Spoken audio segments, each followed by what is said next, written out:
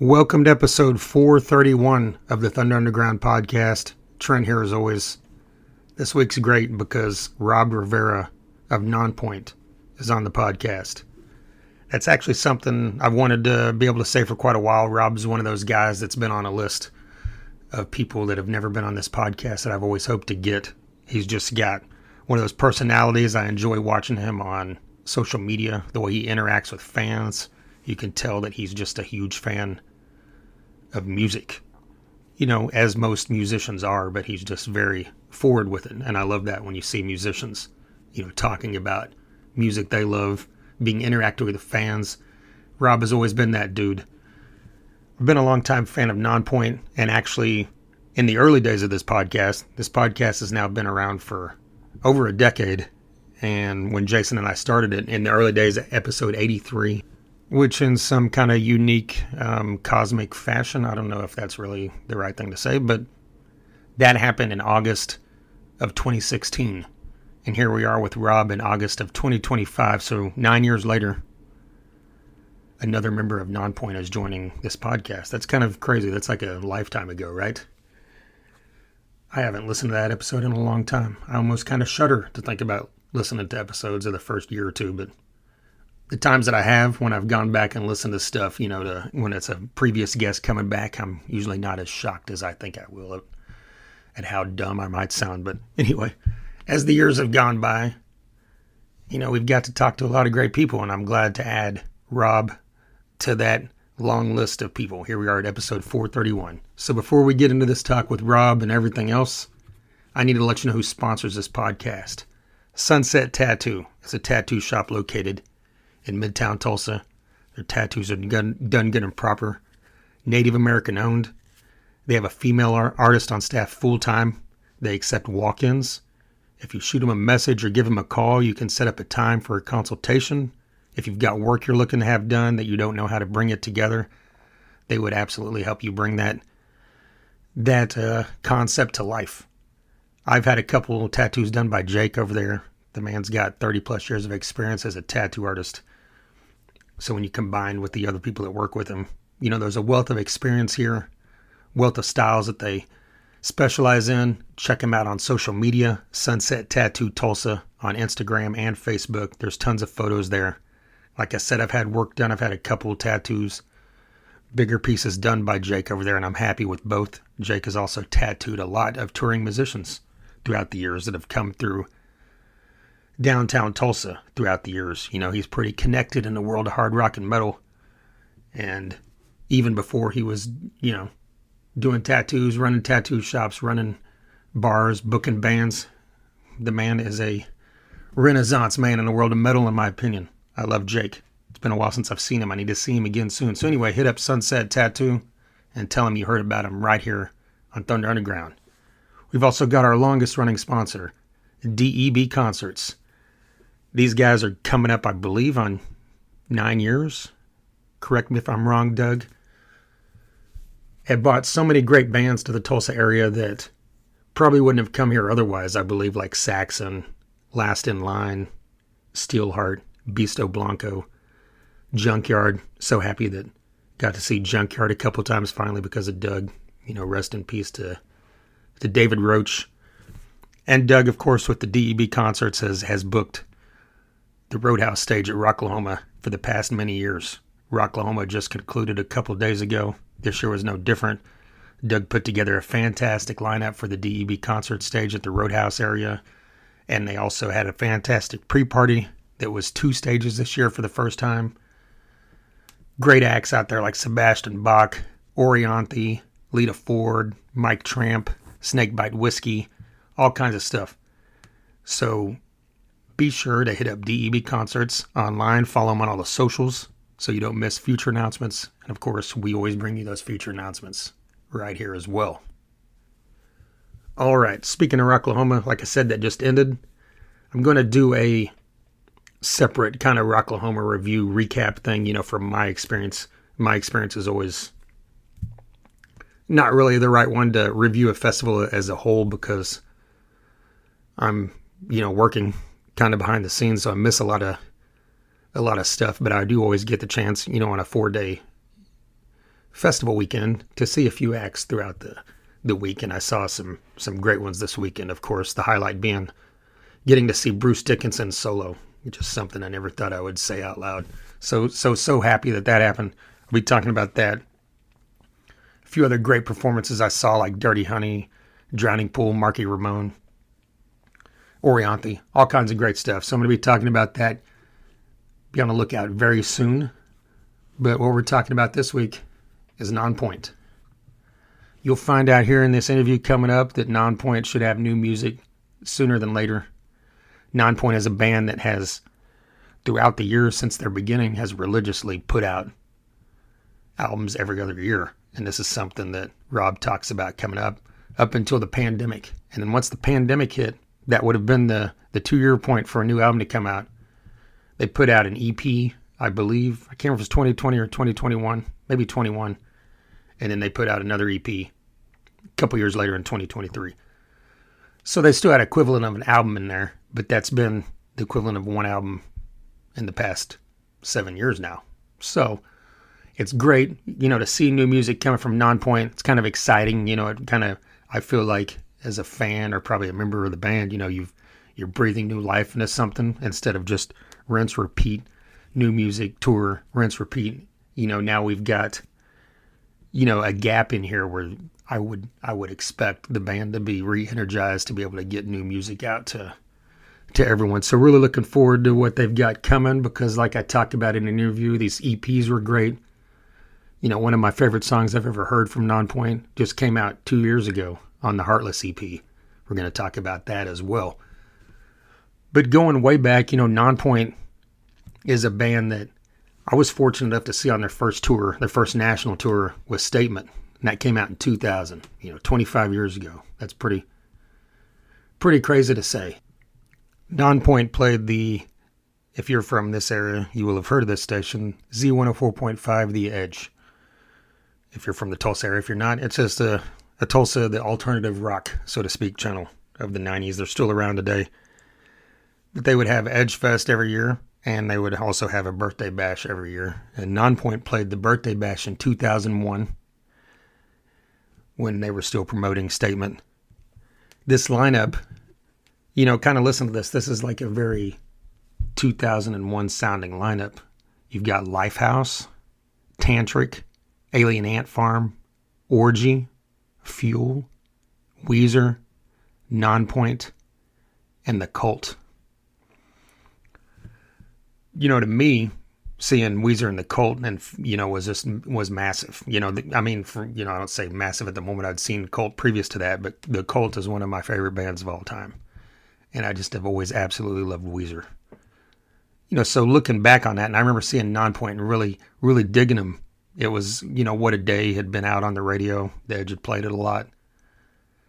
And, they just really brought an intensity, I believe, different from all those bands. And, when you look at that, and all those bands I listed are all pretty unique from each other in styles. A lot of them, like I said, Orgy, Tantric, Alien Ant Farm, Lifehouse, that all very much sounds like that time period.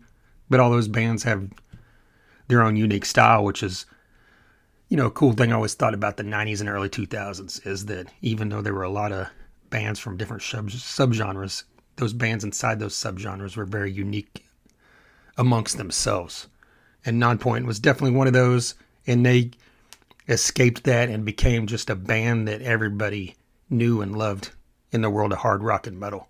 And they've persevered throughout all this time, and there's so many bands kind of from their time period that didn't make it, to that level they made it at, to be a kind of revered band from that era, and that, has consistently put out great music and has consistently put on very, very strong live shows. And this tour that they've been doing is no different. They performed the day that I did this interview with Robb was when they were performing in Tulsa a little over a week ago. In this whole tour, the Painful Statements tour, like we talked about at the beginning of this interview, they are performing Statement and To the Pain. Statement, like I said, 25-year anniversary. To the Pain, that came out in 2005. This is the 20th anniversary. So it's a pretty cool, unique concept. Most people that do tours like this are just celebrating one album, one anniversary. Nonpoint doubled down to make it a cool experience for fans, make it something different and unique. And yeah, as a fan of the band and a fan of both those albums, it was very cool to see that live and just see how, how much this band has, evolved over the years, but still all their music has always been just as important as it was 25 years ago to me. So very glad to be able to talk to Robb about that and about a lot of other stuff. We talk about some of his influences like Bill Ward of Black Sabbath. Of course, we talk about Ozzy, talk about some Snot, the band, of course. We talk about the beginnings of Nonpoint. We talk about new music coming up from Nonpoint. Talk about Stryper and everything in between. So let's get into this. Here is Robb Rivera of Nonpoint.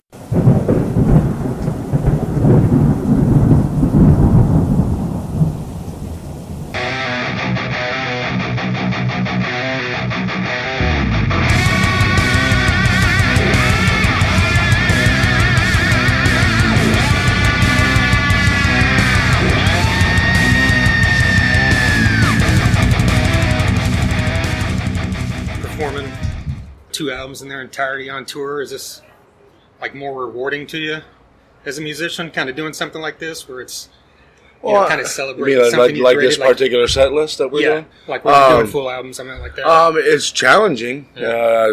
There's some of the songs we've never played live, so me as a 55-year-old, it gets a little hard. Like right around close to the end of the set, I'm feeling it. Like in my arms, or certain songs that I've recorded when I was 35. And 20 years later, I'm playing them, but it's a challenge. But it's cool. The fans are liking it. But it's funny because some fans out there don't even know we're doing it. Like, they just come because it's a Nonpoint show, Right. So, but no, it's been cool, man. It's been especially in the towns where we had a big impact on those records. Those shows have been incredible, as far as audience participation, them singing the songs back. There was one show, I think it was Houston, where there's one girl in the front who sang every single song. And you're like, wow, okay, she doesn't sing just the normal singles. She sings the deep cuts, too. It's been rewarding. Yeah, very cool. It's been awesome. Like, what was the rehearsal process like? Like, was it just a lot of repetition on those songs you hadn't played? Well, we kind of put the set list together because it's full songs and medleys. We don't do every single song. Okay. Because that would take like 3 hours. Yeah. So we put it in. It was super easy to put together. We had everything lined out how we wanted it, and it was cool. Like and fun. But I'm like, when I rehearse it, wow, when this part comes up, oh my God, can I play this part again? There's a couple parts in the set that, like, I get nervous, and like maybe a minute before it, I'm already thinking about the damn part when I should be focusing on the part that I should be focusing at that time. But it was cool rehearsal process. It went by fast. We learned it really quick. So. Like any of those ones you had never performed live, was it like relearning something completely foreign to you, or did it all just was it naturally coming back? Well, it was all basically muscle memory, but since we did some medleys, we had to really rehearse them to get the changes down. But there are some like, wow, I haven't played this in like 20 years, So there's 3 or 4 songs in the set, like to the pain portion of the set. Good 6 or 7 we've never played live. Yeah. Because we had 4 records before that, so you kind of have to balance out all the albums. But it was like it all came back as you were playing. You kind of remembered, and then you stop. Hey, stop a second! I gotta listen to something. So you go put the song on and say, "Oh, that's what I did." There's some things that I forgot, but it's been fun. Do the pain backwards. I assume you guys did that so it would end on a hit. Yeah. Okay. Yeah, we do statement front to back. We end with tribute, and then we start from the back to front with To the Pain, so we can end with Bullet. Okay. Like, how do you think the album flows like in the complete opposite order from the way it was presented originally? It's weird because like I said, we're starting with 4 songs that we've never played live. So, or maybe we played them once and say, okay, this is not working.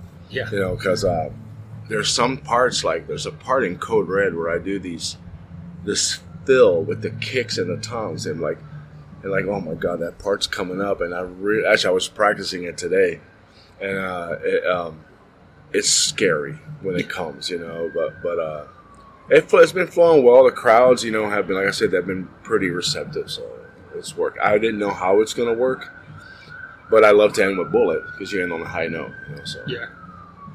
Does doing this give you any excitement of doing it for other albums, or is that something you've thought about? No other album. Like there's not we anything won't be doing any other albums. As far as I'm concerned, I think those were the two biggest albums.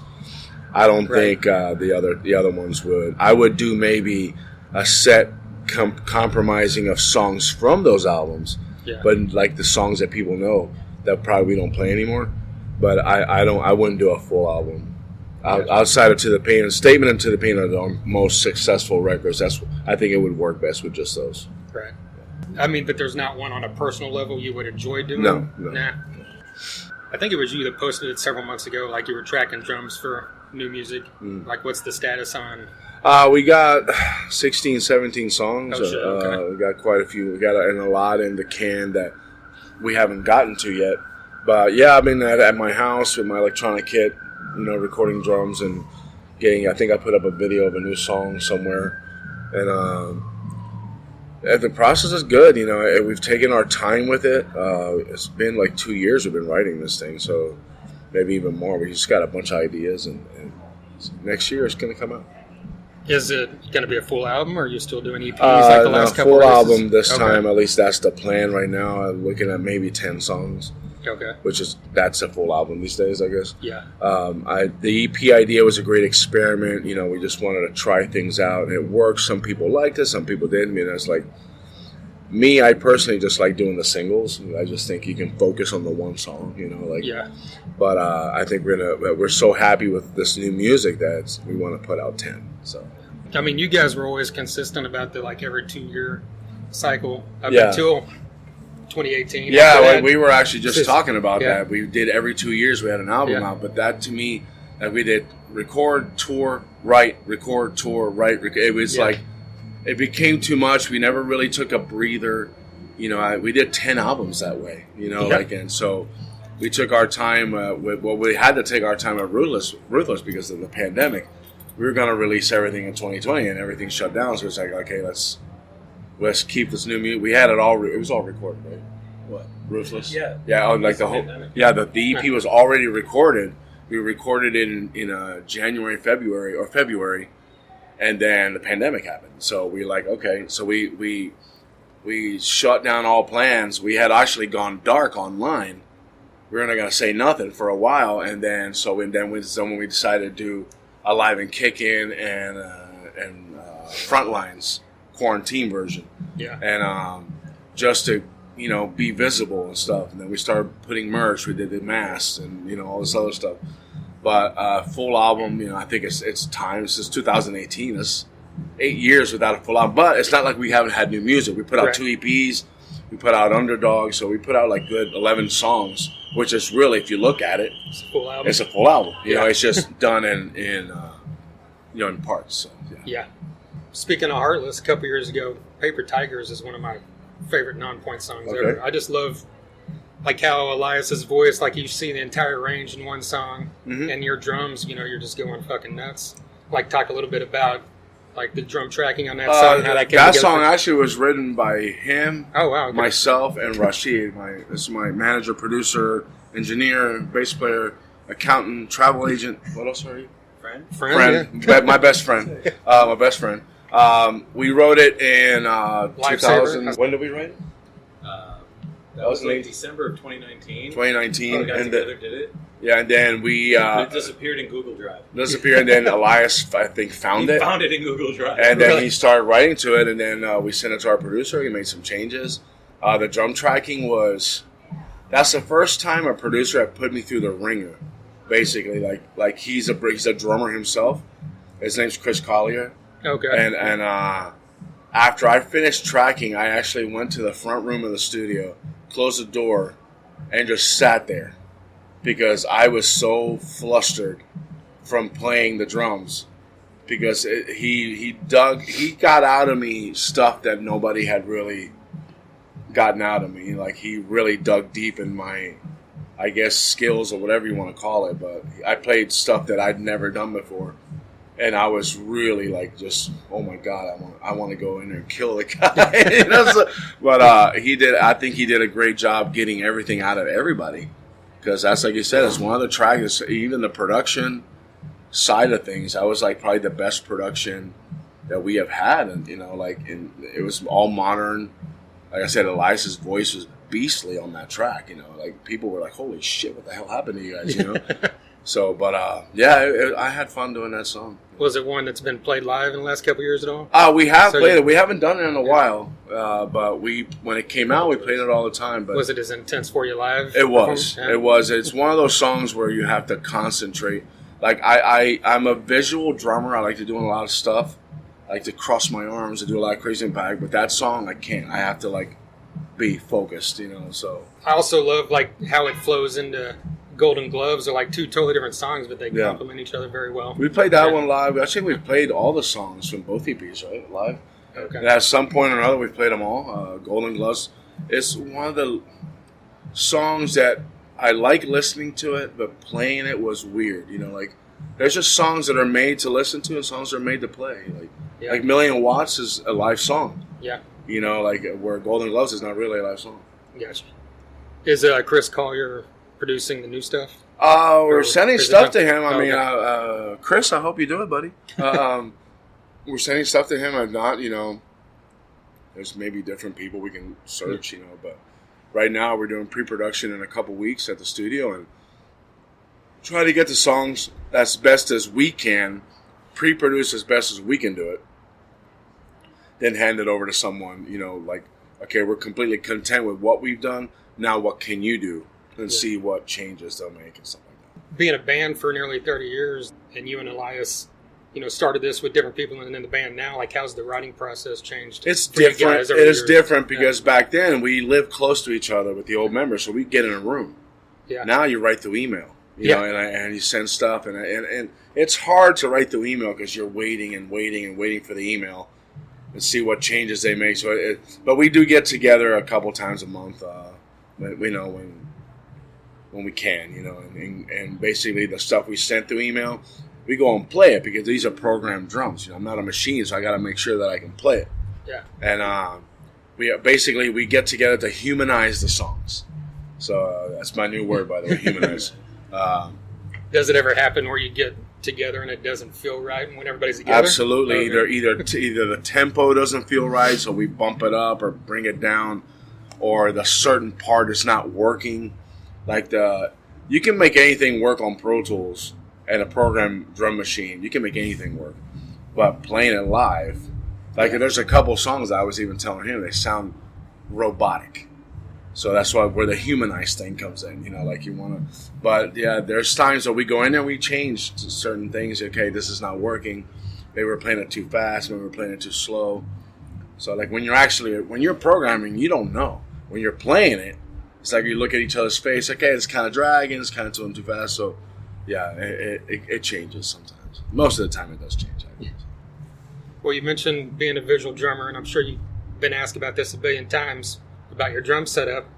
And I saw years ago you mentioned that was because of Robert Sweet. Oh, somebody got it. Yes. So was that because you were a big Stryper fan, or just because of him?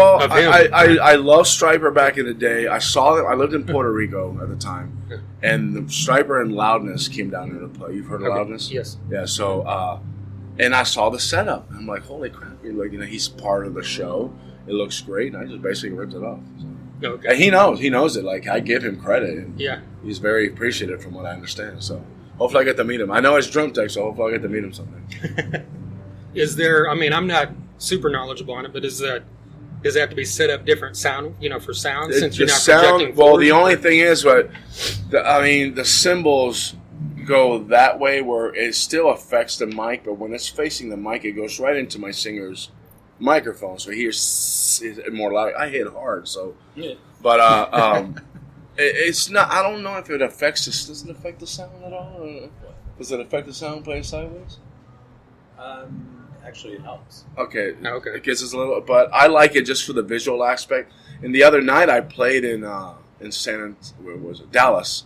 I played forward, I said, let me try forward with a double kick, and then I'm playing in the middle of the set, like, I don't want to do this again. I'm only going to do it if I had to. I had to do it in Houston. Did we do it in Houston? Yeah, because the riser. Yeah, the riser, you can't, it was so heavy you can't move it, so I played forward in Houston. But I did it in Dallas, and I'm like, let me try it again. But then I'm like, no, I don't like it. So tonight I'm sideways again. So. Yeah. Were you doing that from the get-go, like when you first started playing drums, or were you playing No, before? not from the very beginning. I was in a band then, Okay. and I never tried. I started doing it more when I moved to Florida. That's when I actually did it. So, but I give him all the credit. There's a drummer out there that keeps telling people I ripped him off, and that's not the case. I ripped off Robert Sweet, not this other drummer. I ripped it off, just Kelly not from Kiki? that. I mean, who else does it? I don't know. I mean, Jose from Incubus does it. Oh, okay. The drummer from Night Ranger does it because he Kelly sings. Kiki, yeah. There was a band called 2 Cents back in the day. The drummer was a singer, so he sat in front and sang. He was sideways. He was the front drummer. You know what I'm saying? So there's a couple drummers from Bad Brains has done it. There's Mackie from Chromax has done it. It's been done. Just it's not a convention. Not a lot of people do it. So. Yeah. But I get asked that all the time. So it's a blessing and a curse at the same time. Well, like you said, playing the other day and not liking playing forward, was it just because it didn't feel natural? It's just because you're not as exposed that way. But it's like I don't know. It just messes. It messes with my Jedi mind tricks. You know? like your visual of what you're used the to visual seeing? of what I do. I got I got nervous while I was playing. So I feel like if I make a mistake this way, they won't really notice if I make a mistake looking forward. You know? Right. Yeah, I'm never doing that again. Well, I've got to ask you the obligatory Ozzy question. I mean, I know you're a fan, so just kind of like you're a few years older than me. I got into it late 80s. How old are you? 48. Oh, yeah. So did you get into Sabbath, or was it I got into Sabbath was first. it Ozzy first? Okay. I got into Sabbath first, and their first album, I heard the song Black Sabbath. I was scared to death. Okay. I was really young. And then I heard The Wizard. Oh, that's loud. Hold on. One more time. Okay. Okay. I got into Black Sabbath first, and then I got into his solo stuff, and just it was a hard day, man. Those news were not difficult it was difficult to take, and still I've been listening to a lot more Ozzy now, and the last couple of weeks, and it's crazy that he held out to that show. Yeah. You know, it's like wow, like it's kind of like he knew, almost, and I watched it mostly on YouTube, you know, and stuff, but it was great. It was so awesome to see him up there. He was doing like a proper goodbye, you know, like their fans crying in the crowd, you know, like they kind of knew he was saying that this is it for Ozzy, you know, this is really it. And then a couple weeks later he passes, and it's like, wow, he held on that whole time just to do that. He did it for his fans, and he went out the way he wanted to. He did it what he wanted. So it's sad. My entire living life, Ozzy's been in it until now. So a world without Ozzy to me is just, what do you do? Like, metal has taken a huge hit, you know, and there's not many true rock stars left. He was a rock star, you know. He was a larger than life individual, and not many of those left, you know. Like, and you know, you still got your Mick Jaggers, you got your Rob Halford from Judas Priest, you know, you still got some big guys out there, but Ozzy was like king. That guy was the king metal. I don't think there's any musician left that spans like all pop culture and genres as much as him, maybe besides Paul McCartney. Yeah, true. Paul McCartney is like another big name. You know. But so as being a drummer, a Bill Ward fan, like Bill Ward's a big influence. You know, what was that like being able to see him get back up on that stage? Yeah, it looked like he was struggling a little bit. You know, he's up there in age too. You know, and those songs were demanding back in the day. You know, so. But it was great to see the four of them. Like, I saw the picture. I think Ozzy posted a picture on his Instagram at that time, or somebody posted it. I was like, okay, this now makes sense. You know, that's the four. They're going out as the core four. The four who basically wrote the book and invented heavy metal. So it was great to see him. It was awesome. I'm hoping he does some more stuff, you know, before he leaves us. You know, you never know. So. Yeah. What's your favorite Sabbath song because of Bill Ward? Like The Wizard. The Wizard? From the first album. I do like Into the Void as well. what's that? A Hole in the Sky, Something in the Universe. I love those songs, like drum wise. He had like a jazz style thing, but grooved at the same time. It was weird. He had such a weird style. Like nobody has played like Bill Ward, except people who are imitating Sabbath songs that try to imitate. He just had it's like the swing. He had the swing of the cymbal, like the way he played, and like he's one of my favorites, along with like John Bonham and Neil Peart and stuff like that. So, well, kind of totally other end of the spectrum, Snot is back, and I saw you had posted how excited you were about that. Have you had the chance to see him yet? I have not. I was going to go see them at the machine shop, but something came up and I couldn't. I'm hoping to catch them at some point. So I really wanted to see them with Sonny, with Louder Sonny. Than Life. They're playing the next day. The next day, yeah. Yeah, I mean, and we have to leave.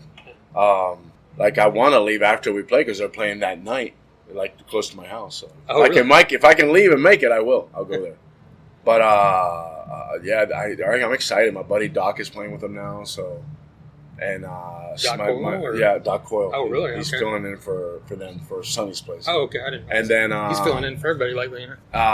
Jamie Miller plays with him whenever he doesn't have a gig with Brad Religion because that's his main thing now. So they had Seven Annapolis, one of my good friends playing drums, and Shannon Larkin. Okay. Last night. He actually started. So he was the first drummer. So. Yeah. And so they've had 3 drummers. Ugly Kid Joe, yeah. Shannon Larkin. Yeah. So yeah, I'm hoping to see them. Yeah, I'm going to be at Louder Than Life, so I'm hoping. Oh, sweet. To see him as well. Yeah. Final question for you with Statement. Being 25 years here in less than a couple months. What's your, memories on your experience working with Jason Beeler and kind of how that relationship came together? Because I was kind of a big fan of Saigon Kick, and when I found that out years later, it was I was never a fan of Saigon Kick. I never was a fan. That just wasn't my thing. He came to a show. We did a radio show for a Miami rock station, 94.9 Zeta. They had a thing called the Zeta Fest. Actually, you'll hear it in the stories tonight. We have interludes between the songs, so really? It has a story. And he watched the show, apparently, and he came up to Elias and said, hey, I know someone that's signing bands like you guys. So that Monday, we played Saturday. That Monday, he came to our rehearsal. And he was like, first thing he said, dude, you're a beast on the drums, which I thought was cool. I was hitting hard that day. I knew he was coming, so let me hit hard. Then we just started working with him, and he had a good friend at MCA, and we did a battle of the bands for Warped Tour. At that time, we won it to play Warped Tour, and we just kept working with him, and then, soon enough we had a contract from MCA, and then we went off to the races. So we were 3 years a local band before that song. Okay. Yeah. Is he as eccentric as he kind of comes off in his persona? He's a little weird. Yeah, he produced a record, and he had some good ideas. He very weird for us because we just had a certain way of writing, but we kind of compromised a couple of things, So. But he was a little eccentric, yes. A little strange. Yeah. All right, man. Well, I appreciate you taking the time with me today. Looking forward no problem, to man. Thank you so much. I appreciate it. Yeah, absolutely. There you go, Robb Rivera of Nonpoint.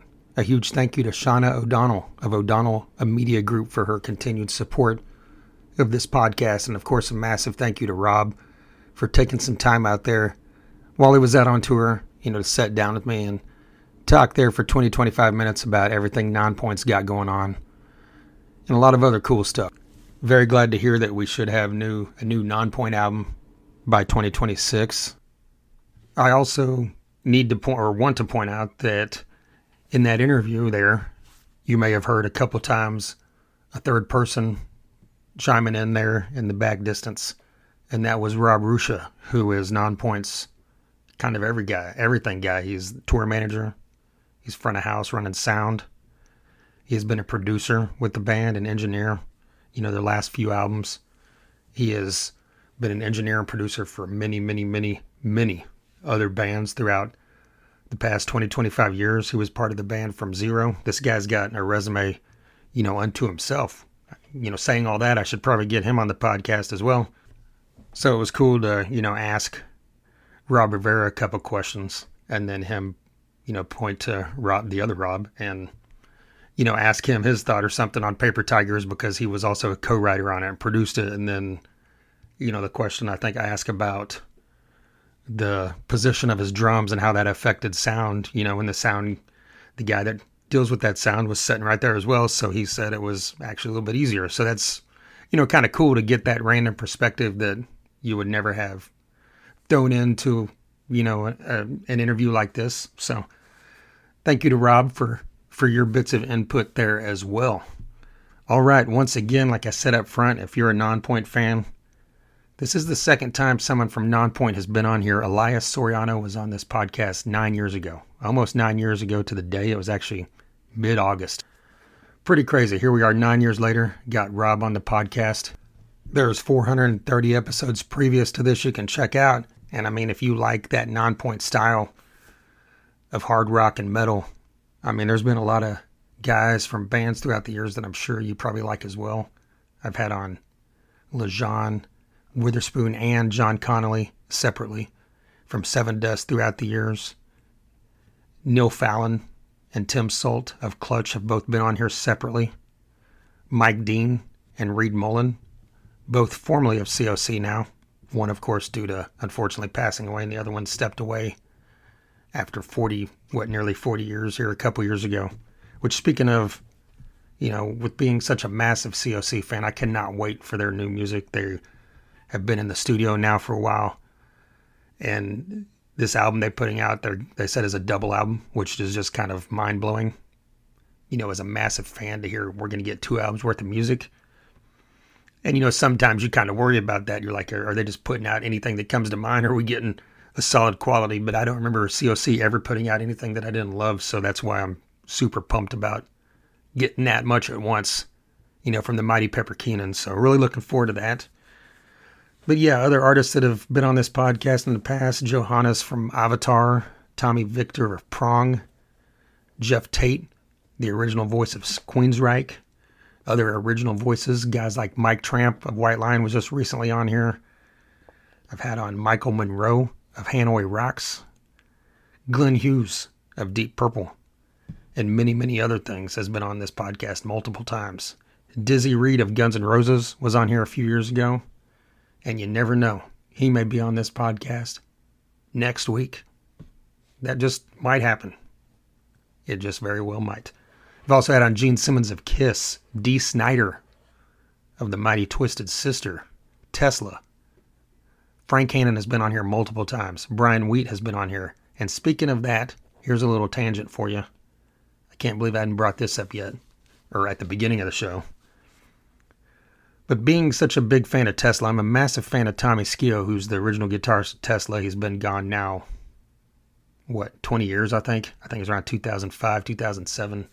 But I've always felt he was a key ingredient to that band's kind of like the raw side of Tesla, because Tesla, has that bluesy hard rock sound. And, back in the day, they would kind of refer to Frank Hannon and Tommy as the finesse and the mess. Of course, Frank being the finesse, Tommy being the mess, but like in the best way possible, not like in a bad way. I'm talking like two guys that just worked so well together because they had slightly different styles. But that's all aside the point. I mean, I've loved Tesla since, Dave Rude, everything he does. But I was excited when I saw Brian Wheat and Tommy were hanging out again. Brian Wheat got on stage with the band Bad Marriage. And then it was just recently announced in an interview that Brian was doing that him and Tommy are working on a new band. And he said who else was in that. And that is Chris Holmes of Wasp. Pretty awesome to hear him being involved in something like this after all these years. That's one of those guys you always kind of wanted to see, get more opportunities later in life. And then Josie Scott on vocals. That's another guy that's been on this podcast before. And, there's been a lot of talk, in the rock world the last couple weeks, from statements he has made about his former band Saliva and statements that the current non-original members, which is every member of that band, has said about Josie. So, there's the man's in the press at the moment, but now he's in the press for a better reason other than just like guys talking crap about each other, which is new music. And it's a very interesting kind of collaboration. You've got a guy that came from kind of the height of nu metal with Saliva joining up with three guys that came from the height of that 80s rock bombastic thing with Wasp and Tesla. So, and Josie has a great, great voice. And for those of you that only know him because of Click, Click, Boom and, some rapping here and there, listen to Saliva's discography. You hear this guy's great, clean voice. So I'm very interested to hear what this sounds like. Super excited to hear Josie with the guitars of Tommy Skeoch and Chris Holmes. So there's your tangent. So I don't know where I left off, but there's been tons of guys on this podcast throughout this year. Like I said, last year, some great ones from guys in Whitesnake, Living Color, Leonard Skinnard. I've had on Page Hamlin of Helmet a couple times. Kenny Hickey of Typo Negative.